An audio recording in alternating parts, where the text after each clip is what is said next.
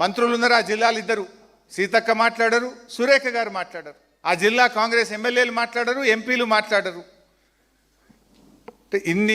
ఈ రకంగా దీని మీద ఎవరు మాట్లాడుతారు? రండి చర్చకు సిద్ధం. నీళ్ళుండి కూడా మోటార్లు నలపకుండా ఈరోజు వరంగల్ జిల్లాకు అన్యాయం చేస్తున్న దీని మీద ఎవరైనా చర్చకు వస్తారా? ఉత్తమ్ గారు, రేవంత్ గారు చర్చ పెట్టు, అసెంబ్లీ పెట్టవా, మాట్లాడదాం. No coming to the Kaleshwaram.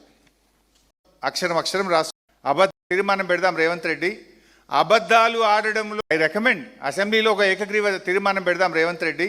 అబద్ధాలు ఆడడంలో ఏదైనా నోబుల్ ప్రైజ్ ఇవ్వాలి, అది మా రేవంత్ రెడ్డికే ఇవ్వాలని అసెంబ్లీ పెట్టి ఒకసారి తీర్మానం చేస్తే అది ఫస్ట్ ప్రైజ్ నీకే వస్తుంది ప్రపంచంలో. అబద్ధానికి అంగిలాగు దొరికితే ఎట్లుంటుంది అంటే రేవంత్ రెడ్డి లెక్క ఉంటుంది అది. I will proof with documents. నేను ఉత్తగా ఒక్క మాట కూడా మాట్లాడను. నేను ఆయన మాట్లాడుతూ ఏమంటాడు, కాంగ్రెస్ ప్రభుత్వం ఉన్నప్పుడే తమ్మిడిహట్టికి ఒప్పందం అయిపోయిందట. కాంగ్రెస్ గవర్నమెంట్ ఉన్నప్పుడే తమ్మిడిహట్టికి ఒప్పందం అయింది, మేము 6,157 కోట్ల రూపాయలు ఖర్చు పెట్టినాము అని చెప్పి నిన్న రేవంత్ రెడ్డి గారు సెలవిస్తారు. నేను స్ట్రైట్గా అడుగుతున్నా, 2007లో జీవో ఇచ్చిండ్రు, 2014 దాకా కాంగ్రెస్ ప్రభుత్వమే ఉంది.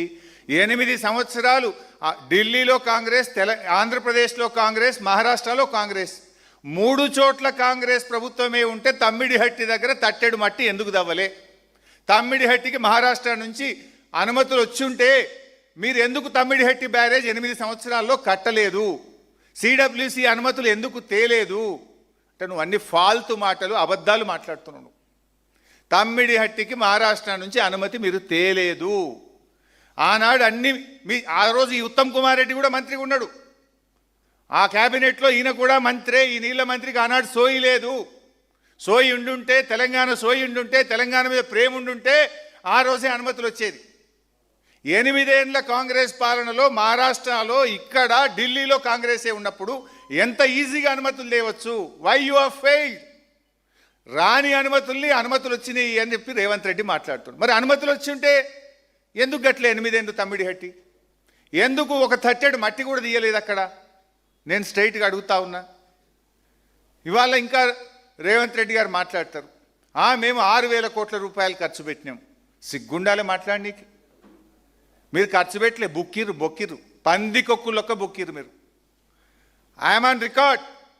2,328 కోట్లు పనులు చేయకుండా సర్వే మొబిలైజేషన్ అడ్వాన్స్ పేరు మీద మీరు పైసలు దొబ్బినరు, పంచుకొని తిన్నారు. 2,328 crores without doing a piece of work. Survey and mobilization advance పేరు మీద బిల్లులు ఎత్తినరు, పంచుకొని తిన్నారు. మీరు 6,000 కోట్ల పని చేయలే. అందులో సగం పైసలు ఉత్తగానే పని చేయకుండా మొబిలైజేషన్ అడ్వాన్స్ అని, సర్వే అని బిల్లులు ఎత్తినరు. నువ్వు చెప్పిన 6,000లో సగం పైసలు గవ్వే.